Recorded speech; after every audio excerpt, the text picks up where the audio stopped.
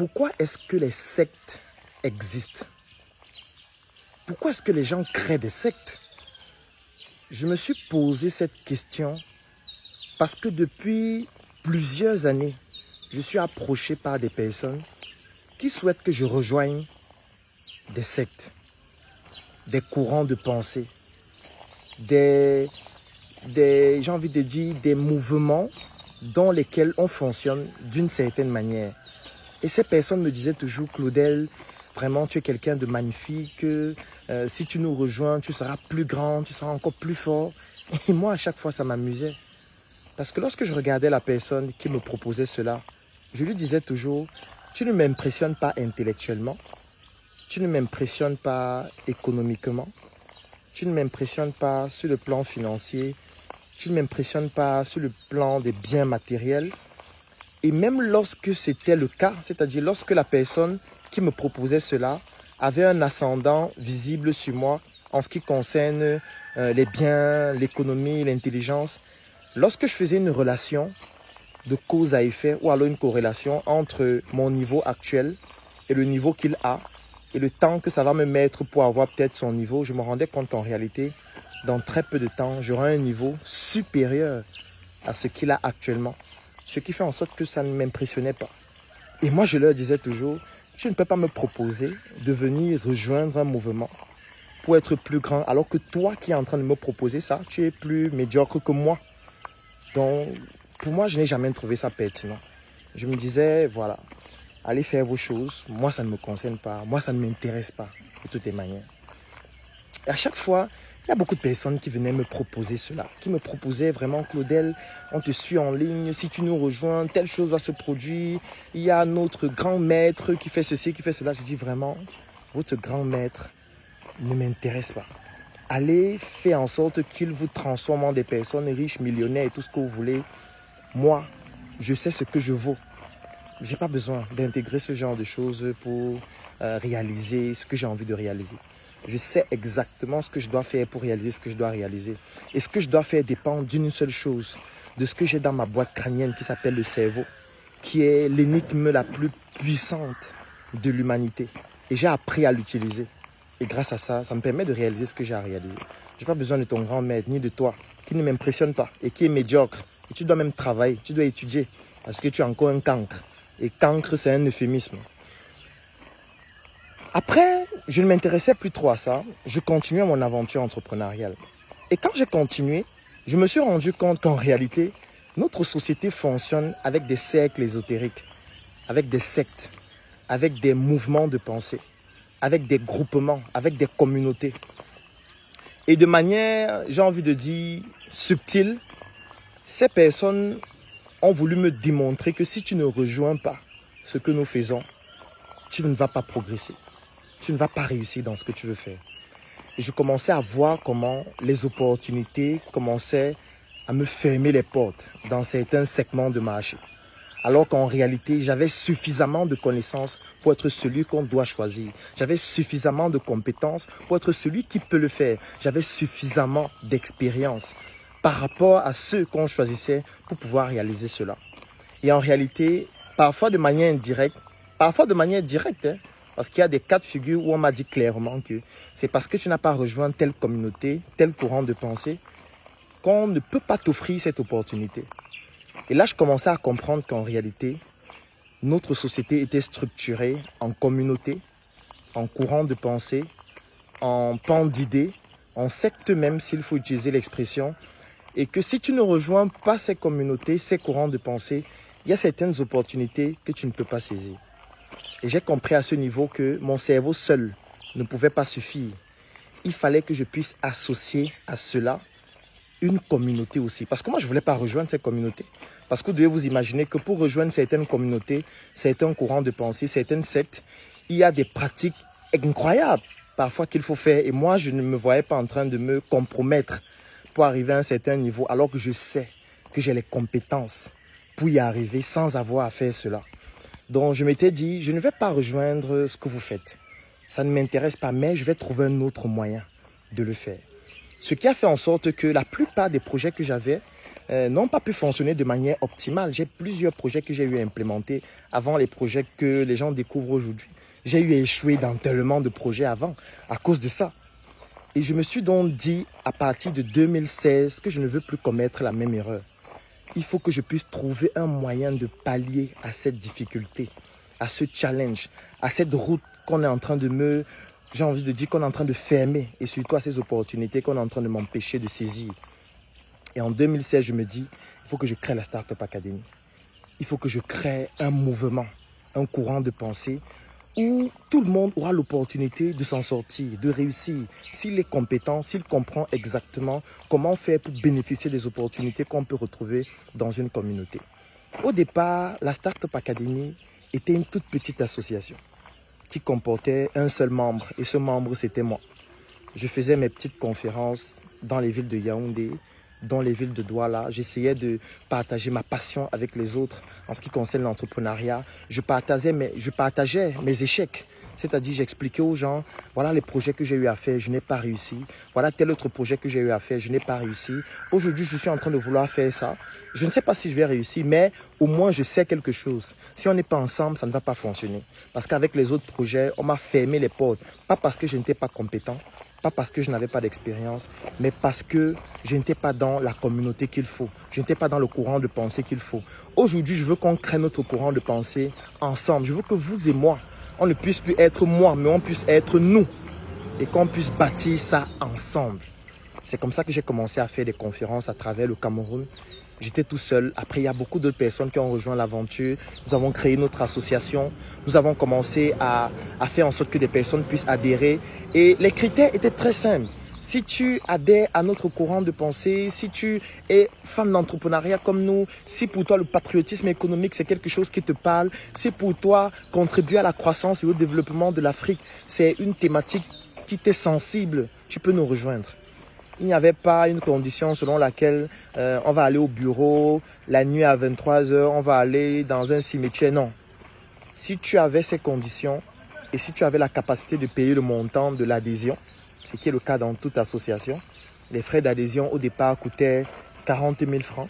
Tu payais 10 000 francs pour l'inscription et 30 000 francs, c'était la cotisation annuelle. On te donnait 2 mois pour pouvoir payer cela et puis tu renouvelais cela tous les 12 mois. Parce qu'il fallait aussi qu'on puisse avoir ces moyens de la communauté pour, par exemple, gérer les charges fixes et variables. C'est comme ça que nous avons commencé à progresser petit à petit avec notre association. En créant une association, ce n'est pas parce qu'on n'a pas de projet. Ce n'est pas parce qu'on n'a pas des projets de créer des usines, des industries, non. C'est parce que j'avais compris avec mes précédents échecs que sans communauté, c'est impossible. Parce que j'avais échoué dans mes précédents projets, parce qu'on me fermait la voie à toutes les opportunités, parce que je ne faisais pas partie des communautés, je ne voulais pas les rejoindre. Et c'est ainsi que les problèmes commencent. Parce qu'en réalité, la communauté se développe et nous commençons donc à croître de manière fulgurante et exponentielle.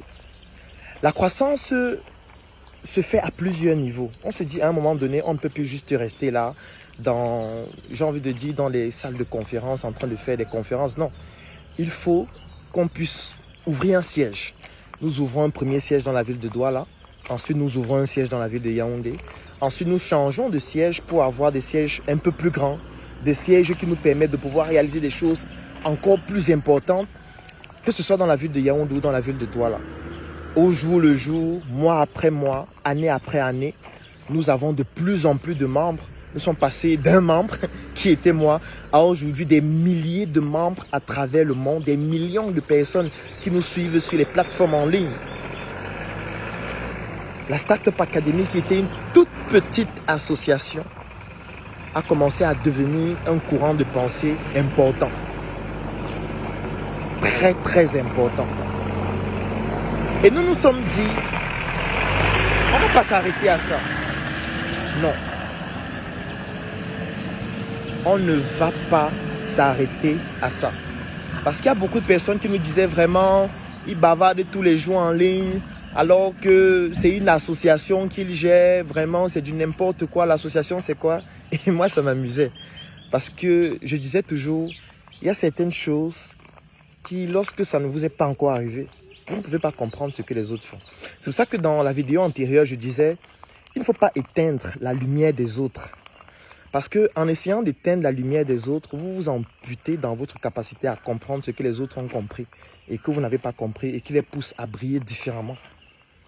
Nous, en créant une association, ce n'est pas parce qu'on était cons. Ce n'est pas parce qu'on ne voulait pas gagner d'argent. Ce n'est pas parce qu'on ne savait pas comment aller créer une société ou une SARL ou une SAS ou une entreprise. Ce n'est pas qu'on était cons.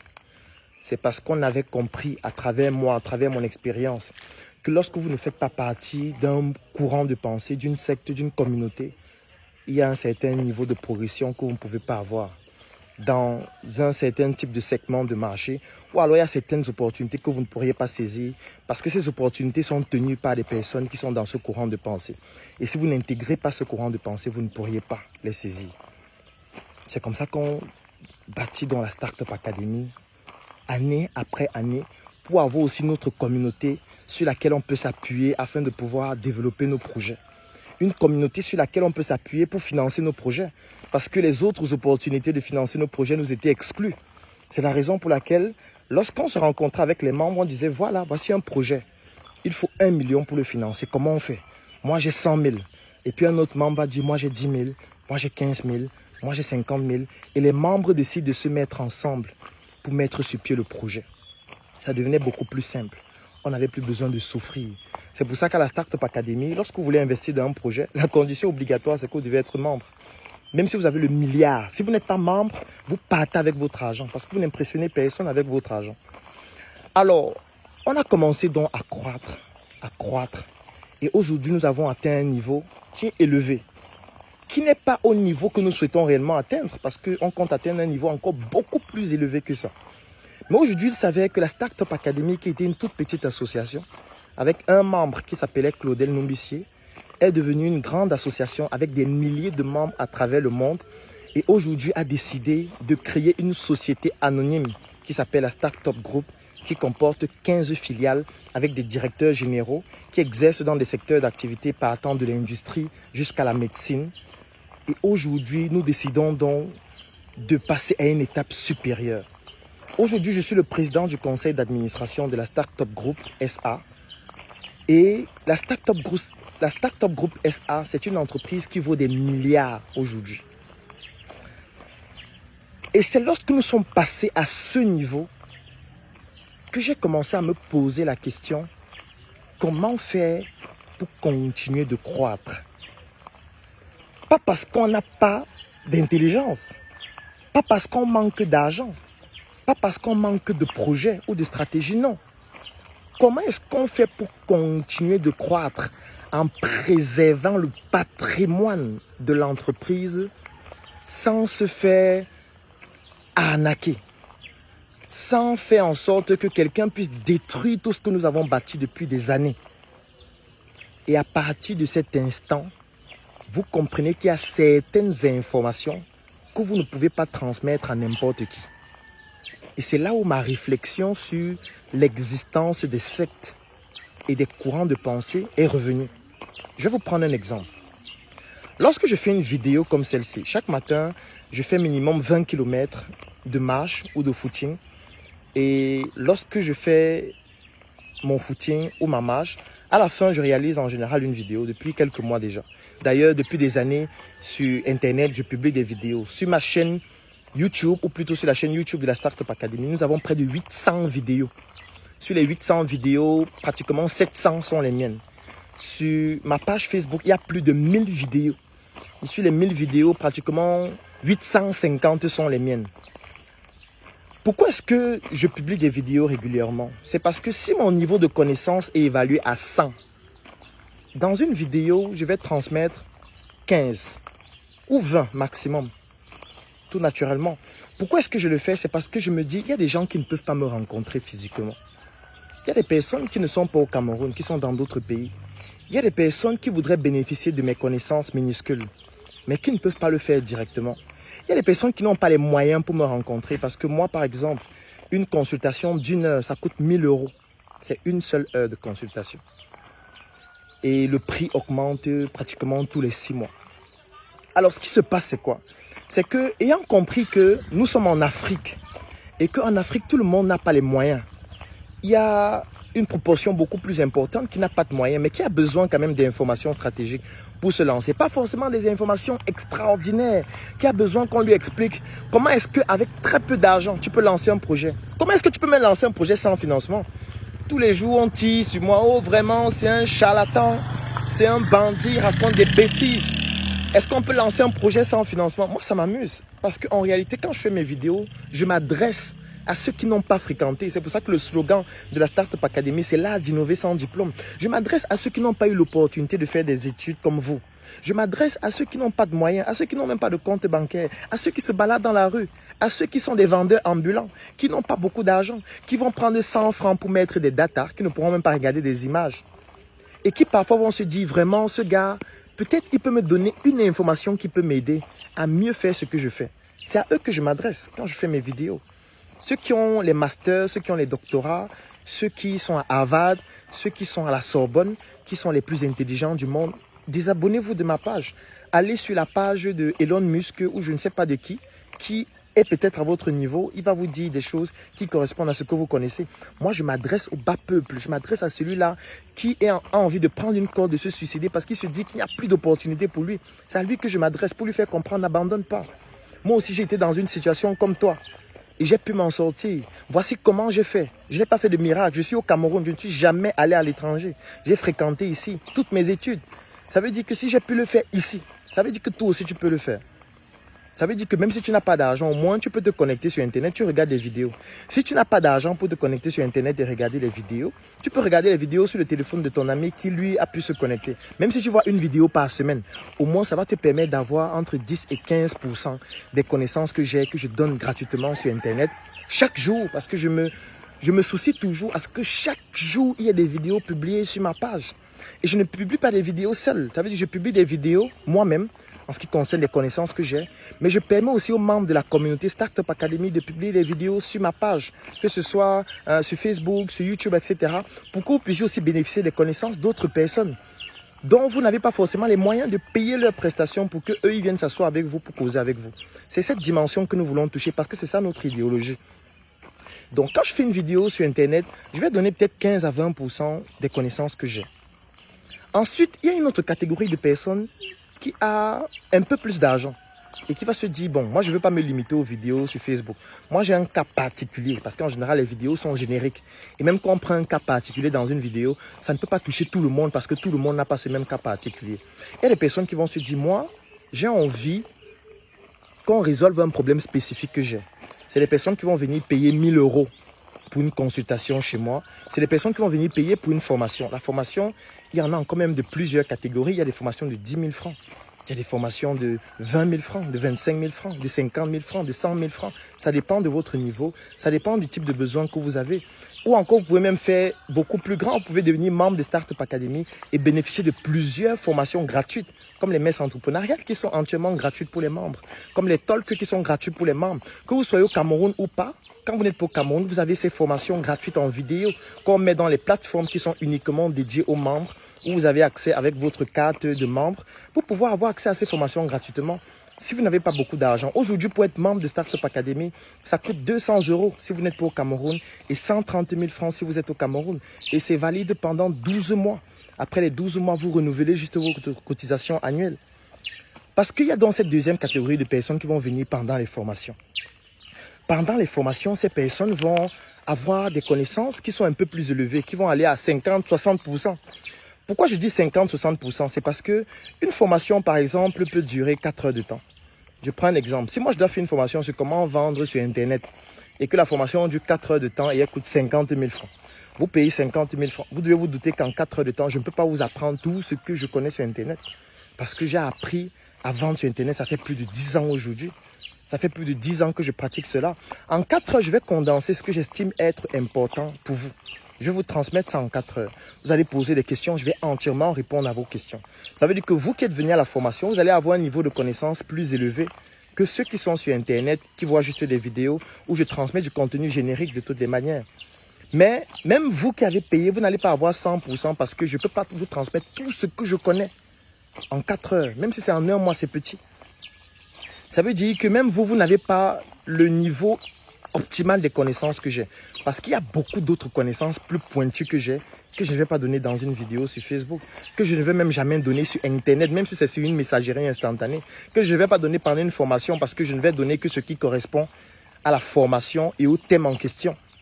Ça veut dire qu'aujourd'hui, lorsqu'on est à la tête d'une société anonyme qui comporte autant d'entreprises stratégiques qui sont dans le domaine de l'industrie et d'autres domaines sensibles, il y a des informations stratégiques importantes. Il y a des secrets industriels qu'on ne peut pas transmettre à n'importe qui. Ça veut dire, même si vous êtes membre de Startup Academy, je ne peux pas vous transmettre ces informations sans savoir exactement qui vous êtes. Même si vous êtes un directeur d'une de nos filiales industrielles ou alors d'une autre filiale qui offre des services et des produits, je ne peux pas vous transmettre certaines informations n'importe comment. Parce que vous pouvez être un traître. Et nous l'avons déjà vu plusieurs fois dans notre communauté. Il y a des personnes qui viennent devenir membres pour comprendre ce que nous faisons, pour devenir des traîtres par la suite, ou qui travaillent pour des concurrents. Il y a des personnes qui viennent pour devenir membres, font comme s'ils adorent ce que nous faisons, parfois peuvent même monter à des postes de responsabilité très élevés, mais qui en fait sont des taupes, sont des malhonnêtes, sont des personnes qui au final vont devenir des traîtres, qui vont nous trahir, qui vont nous planter des couteaux dans le dos, qui vont nous tendre ou alors mettre des guet-apens. Il y a des personnes qui viennent investir dans nos projets pour nous nuire. Pour dire, ok, j'ai envie d'investir, je veux que ça se passe mal, parce que quand ça va mal se passer, je vais nuire à ces gars, je vais leur porter plainte, je vais les mettre en prison, je vais les enfermer. Oui, nous savons ça, ne croyez pas que nous sommes cons. C'est con de croire que ce sont les autres qui sont cons. Étant donné qu'on sait ça, il y a certaines informations sensibles que je ne peux pas donner à quelqu'un dans la rue, que je ne peux pas donner dans une vidéo sur Facebook, que je ne peux pas donner à un membre de start-up qui est devenu membre depuis 3 mois, 6 mois, parce qu'il montre qu'il est trop dynamique. Je vais commencer à lui donner toutes les informations. Non. Que je ne vais pas donner à quelqu'un qui est directeur d'une filiale, forcément. Non. Que je ne vais pas donner à, j'ai envie de dire, à quelqu'un qui marche avec moi tout le temps. Pas forcément. Parce que je ne sais pas ce qu'il va en faire de cette information. Et nos milliardaires de notre pays rencontraient le même problème. Parce qu'ils avaient des secrets par rapport à leur projet. Ils avaient tellement peur de transmettre ces secrets que certains ont décidé de mourir avec. C'est pour ça que chaque fois qu'ils meurent, l'entreprise est déstabilisée. Parfois, l'entreprise meurt aussi avec eux. Parce qu'ils se sont retrouvés confrontés à cette problématique où tu as un secret ou des secrets concernant ton secteur d'activité et ton business, mais tu ne sais pas à qui transmettre ça. Parce que tu as même peur de transmettre même à ton enfant. Parce que tu ne sais pas si ton enfant après ne va pas devenir un danger pour la boîte. Tu ne sais pas si celui avec qui tu marches tout le temps n'est pas peut-être un infiltré qui est venu là pendant des années juste pour mieux comprendre ce que tu fais, pour te détruire. Et là, tu ne peux pas bâtir un patrimoine qui vaut des milliards aujourd'hui et t'amuser avec des informations sensibles comme ça qui peuvent détruire tout ce qu'on a bâti depuis des années. Moi, je ne peux pas m'amuser avec ce type d'informations. Ce qui fait qu'on se retrouve dans un cas de figure où il y a des informations sensibles qui tendent maintenant vers les 80, 90%, 95%, 98% de ce que je sais, que je ne peux pas transmettre à n'importe qui. Et à ce moment donné, vous commencez à vous dire, et si ceux qui avaient créé des courants de pensée et des sectes avaient rencontré le même problème, et c'est pour ça qu'ils avaient créé ça? Parce qu'à ce moment donné, vous commencez à vous poser cette question. Parce que comment est-ce que vous faites pour transmettre une information à quelqu'un et être sûr que la personne ne va pas transmettre cette information à quelqu'un qui n'a pas qualité pour avoir cette information et qui peut devenir un danger pour l'entreprise? Comment vous faites? Comment vous faites pour transmettre une information à quelqu'un en étant sûr que cette personne plus tard ne va pas... Parce que vous n'allez pas me dire que vous allez signer un contrat de confidentialité, c'est amusant. Parce que si vous signez un contrat avec quelqu'un, après il peut dire que non, les modalités du contrat, s'il ne m'intéresse pas, il rompt le contrat. Il s'en fout, il part ailleurs. Il a toutes les informations, il se lance même dans le même secteur d'activité. Ou alors, il est racheté par une autre personne qui a beaucoup d'argent, qui exploite toutes les connaissances qu'il a. C'est compliqué, n'est-ce pas? Parce qu'à ce moment donné, on se dit, qu'est-ce qu'on fait? Qu'est-ce qu'on fait? Moi, j'ai eu à mener des enquêtes depuis plusieurs années. Parce que chaque fois que les gens voulaient que j'entre dans leur cercle, dans leur mouvement, dans leur secte, j'essayais de savoir pourquoi est-ce qu'ils le font. Quelles sont les conditions pour entrer dans ces mouvements? Moi, je vais vous donner, par exemple, un certain type de conditions qu'on impose dans ce type de cercle. Ce qu'on fait en général, c'est quoi? C'est qu'on vous dit, étant donné que tu vas monter à un niveau plus élevé, il faut qu'on se rassure que les informations qu'on te donne ne se retrouvent pas sur Internet, ne se retrouvent pas entre les mains de quelqu'un qui n'a pas qualité pour les avoir et qui peut devenir un danger pour nous. Donc nous, ce qu'on va faire, c'est qu'il faut aussi que nous, on ait un secret sur toi ou un secret sur ta vie.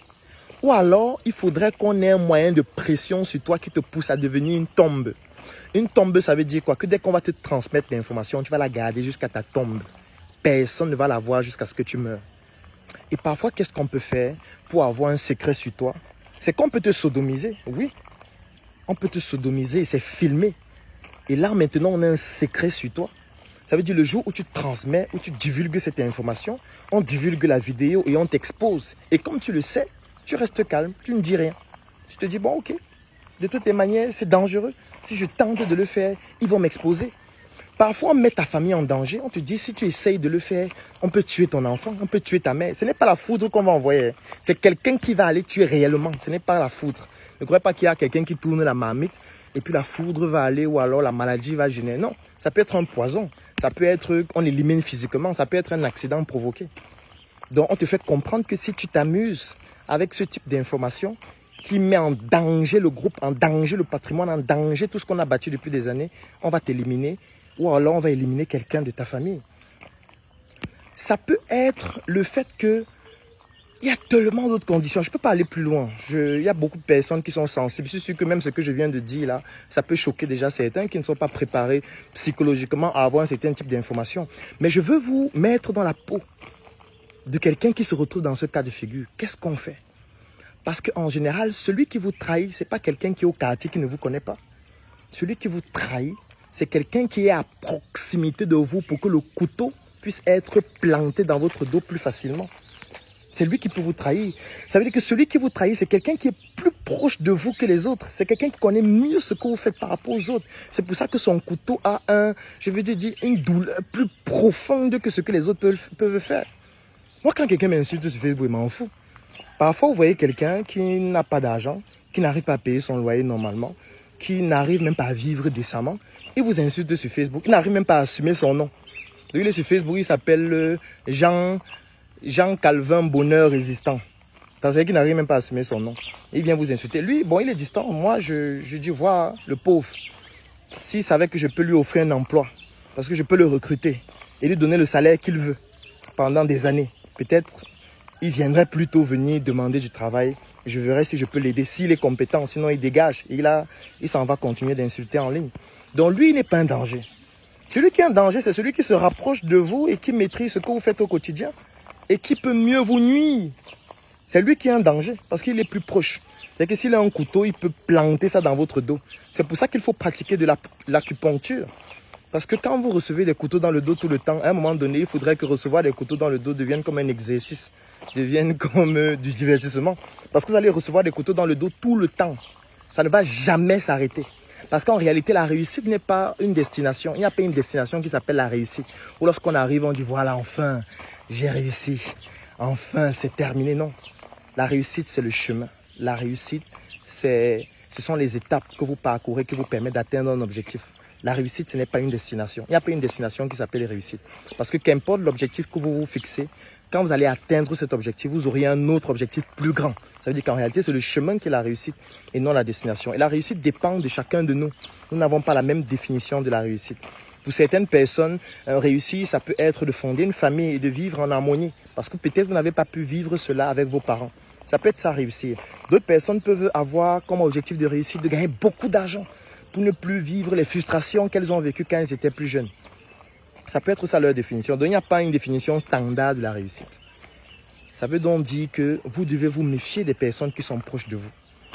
Dans d'autres cercles, qu'est-ce qu'on fait? On fait en sorte que les membres du cercle deviennent comme des pièces d'un puzzle. Du moins, leur cerveau devient comme des pièces d'un puzzle. Ça veut dire que le secret, on va le fragmenter en plusieurs parties du puzzle et on va donner des parties à chacun. Aucune personne ne va savoir la partie de l'autre. Mais quand ils vont se mettre ensemble, ça va rejoindre ou alors ça va mettre ensemble les pièces d'un puzzle pour reformer le secret. Mais chacun ne saura pas le secret que l'autre a. Ça aussi, c'est une autre technique qu'on utilise pour éviter qu'une seule personne n'ait toutes les pièces du puzzle seule pour mettre en danger tout le groupe, toute l'entreprise, tout le patrimoine.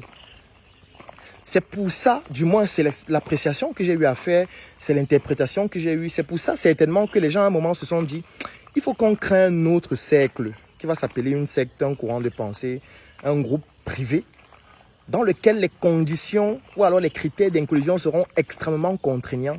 Ils vont pousser les gens à devenir des tombes pour ne pas transmettre certaines informations à l'extérieur, pour ne pas nous mettre en danger. Et étant donné que le groupe peut être à travers le monde, ça veut dire qu'on ne peut pas forcément tous se connaître physiquement. On peut mettre un insigne sur nous qui nous permet de nous reconnaître. Ça veut dire que quand je vois quelqu'un avec cet insigne, quand je vois quelqu'un se comporter d'une certaine façon, quand je vois quelqu'un utiliser le vocabulaire que nous avons délimité au sein de notre cercle, je sais que celui-là, il fait partie du même cercle que moi. Ça veut dire que si je le rencontre, je peux lui donner certaines informations. Parce qu'en réalité, nous avons des codes que nous avons créés dans notre cercle pour éviter que ces informations ne se retrouvent dans des endroits dangereux. Vous, que feriez-vous si vous étiez à la tête d'un groupe qui vaut des milliards et pour lesquels vous avez des informations sensibles que vous ne pouvez pas transmettre à n'importe qui? Que feriez-vous? Si vous avez une solution en commentaire, mettez la solution en commentaire. Dites peut-être je ferai ceci, je ferai cela. Et puis on va débattre, on va voir. D'autres personnes vont venir dire ce qu'elles pensent. Peut-être il y a une autre solution pertinente que vous avez. C'est le moment de la partager avec les autres. Peut-être moi aussi je vais en apprendre beaucoup. C'est clair que j'ai des solutions. Vous devez vous en douter que je ne vais pas donner ces solutions dans une vidéo. Si vous aussi vous trouvez que vous ne voulez pas donner vos solutions dans la vidéo, ne le faites pas. Ce n'est pas obligatoire. Comme cette vidéo n'est pas obligatoire à regarder. C'est une vidéo qui a été longue, ça fait plus de 30 minutes. Mais c'était nécessaire pour que vous puissiez comprendre à quel point parfois on peut être amené à un niveau de responsabilité qui nous pousse à poser des actions que le commun des mortels ne comprend pas. Ce n'est pas parce qu'on est con, parce que c'est con de croire que ce sont les autres qui sont cons. Passez un très bon dimanche.